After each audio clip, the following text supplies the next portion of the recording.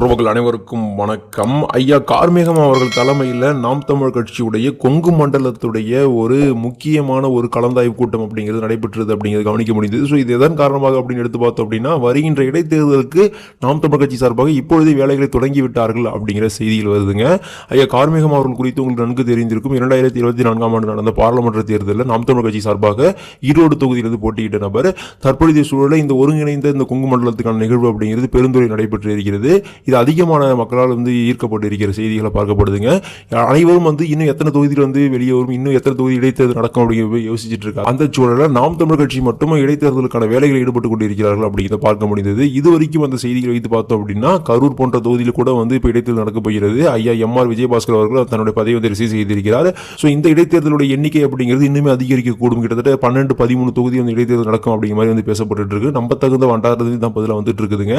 இன்னும் ஒரு 6 மாதங்கள் கழித்து இப்போ எப்படி டிவிகே கட்சி சார்பாக இந்த இடைத்தேர்தலுக்கு ஒரு முக்கிய காரணமாக அவர் அமைக்கிறார்களோ, அதே போல 6-7 மாதங்கள் கழித்து நடக்க போகின்ற இடைத்தேர்தலுக்கு முக்கிய காரணமாக திமுக இருக்கும் அப்படிங்கிற எதிர்பார்க்கப்படுகிறது. ஸோ அவங்க டிவிகே சார்பாக இருக்கின்ற எம்எல்ஏ விலை பேசுவார்கள், குதிரை பேரங்கள் மீண்டும் நடக்கும் அப்படிங்கிற எதிர்பார்க்கப்பட்டு இருக்கு. ஸோ எனிவே எதுவாக இருந்தாலும் இப்போ நடக்க போகின்ற இடைத்தேர்தல் எண்ணிக்கை அப்படிங்கிறது மேபி 10-12 தாண்டும் அப்படிங்கிற சொல்லப்படுகிறதுங்க. இது வரைக்கும் பார்த்தோம் அப்படின்னா 6 இடங்கள் இடைத்தேர்தல் உறுதி செய்யப்பட்டு இருக்கிறது. அதாவது தன்னுடைய பதவியை ராஜினாமா செய்திருக்கிறார்கள்.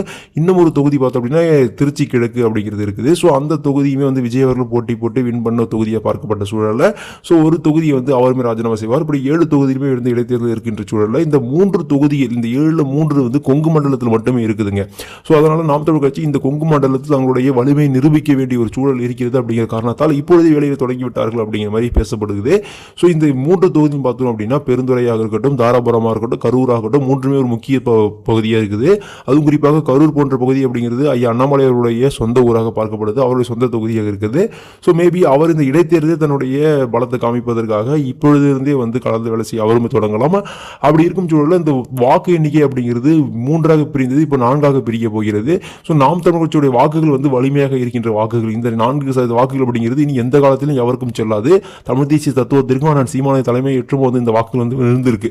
ஸோ இப்படி இருக்கின்ற சூழலில் இந்த 4% வாக்குகளையும் நம்ம இன்னுமே கொஞ்சம் அதிகரிச்சோம் அப்படின்னாலேயே உறுதியாக நம்மளுடைய வாக்கு விழுக்காடு அப்படிங்கிறது அதிக அளவில் அதிகரிக்கும்.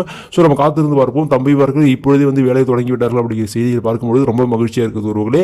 இந்த 7 தொகுதியில் இந்த 3 தொகுதி எப்படி நம்ம கவனம் செலுத்துவோமோ அதே போல நான் சீமானவர் சொன்ன மாதிரி அம்பாசமுத்திரம் அப்படிங்கிற தென் மாவட்டத்தில் இருக்கிற தொகுதியும் நான் சீமானவர்கள் களத்தில் இறங்கி போட்டியிட போகிறார் அப்படிங்கிற செய்தி வருகின்றது.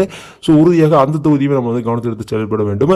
தம்பிமார்கள் அங்கு இருக்கின்றவர்களுமே இப்போ செயல்பட ஆரம்பித்துட்டார்கள். பல நபர்களிடம் பப்ளிக் ரிவ்யூ கேட்கும்பொழுது ஆனால் சீமானவர்கள் போட்டியிடட்டும், அவரை நாங்கள் வெளில வைக்கிறோம் அப்படிங்கிற மாதிரி பதில் கொடுத்து கொண்டு இருக்கிறார்கள்.